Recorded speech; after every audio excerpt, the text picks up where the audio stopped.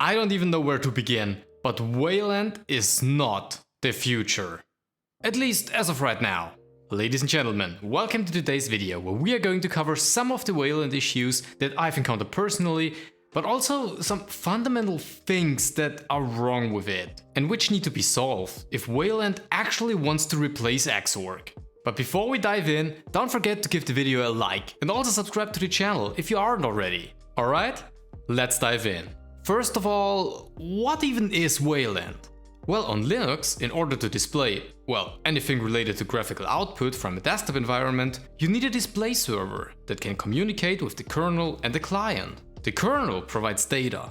This, for example, could be mouse movement, keyboard clicks, or simply the resolutions that your monitor supports. The display server then takes this input data and proceeds to calculate an output and send it to a client, namely the shell of a desktop environment.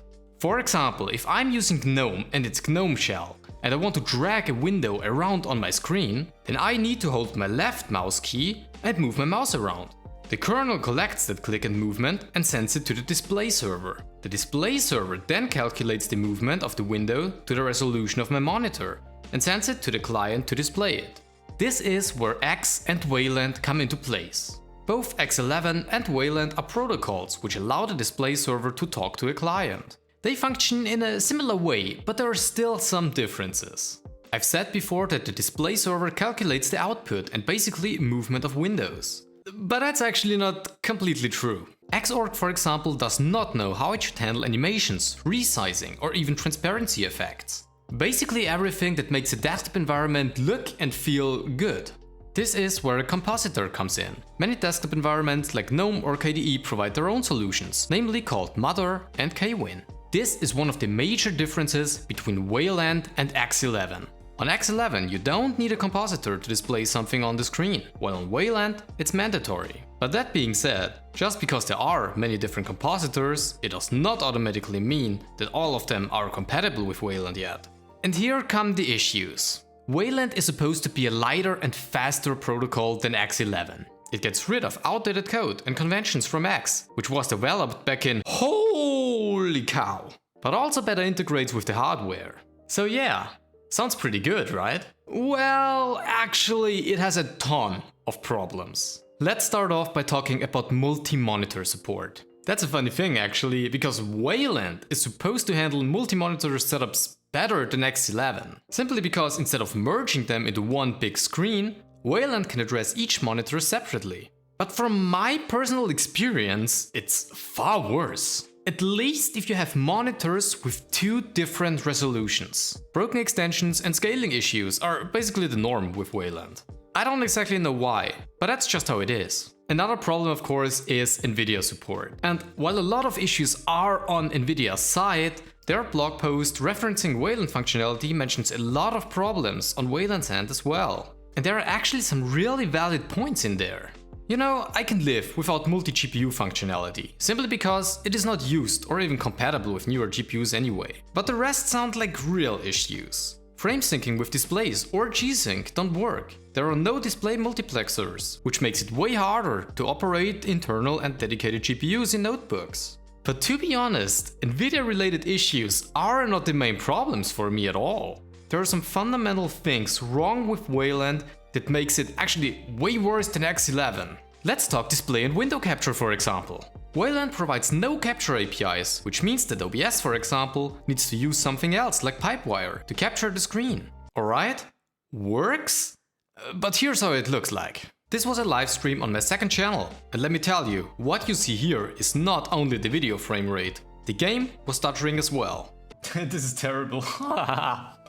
Oh no.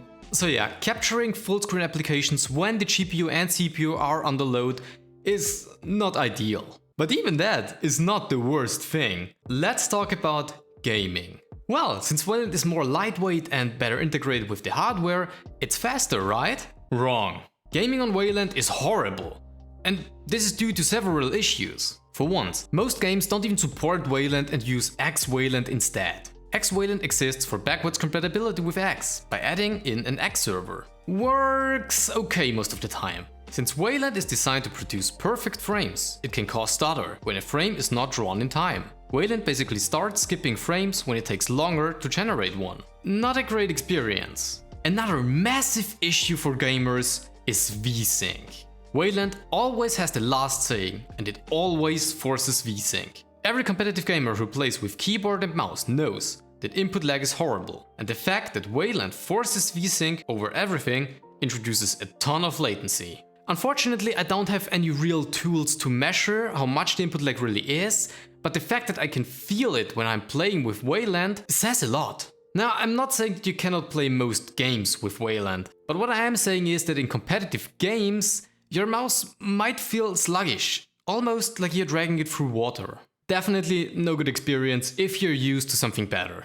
Forced vsync is like the biggest issue on Wayland, let's be real. Yeah, it's great for desktop use, I get it. But not being able to turn it off if I want to? What?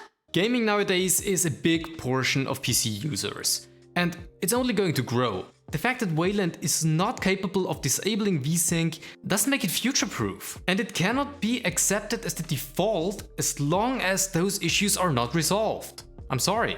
I wouldn't recommend Wayland for anyone who likes gaming or has monitors with 2 different resolutions. Or heck, if you just want to share your screen in an application, it might not work. But then, what is Wayland really good for if you could do all of these things on X11? But hey, maybe some of these issues only happened on my personal system. Let me know down in the comments how your experience with Wayland is. And also don't forget to give this video a like and subscribe to the channel if you aren't already. I also think that this video might be interesting for you. Go on, check it out.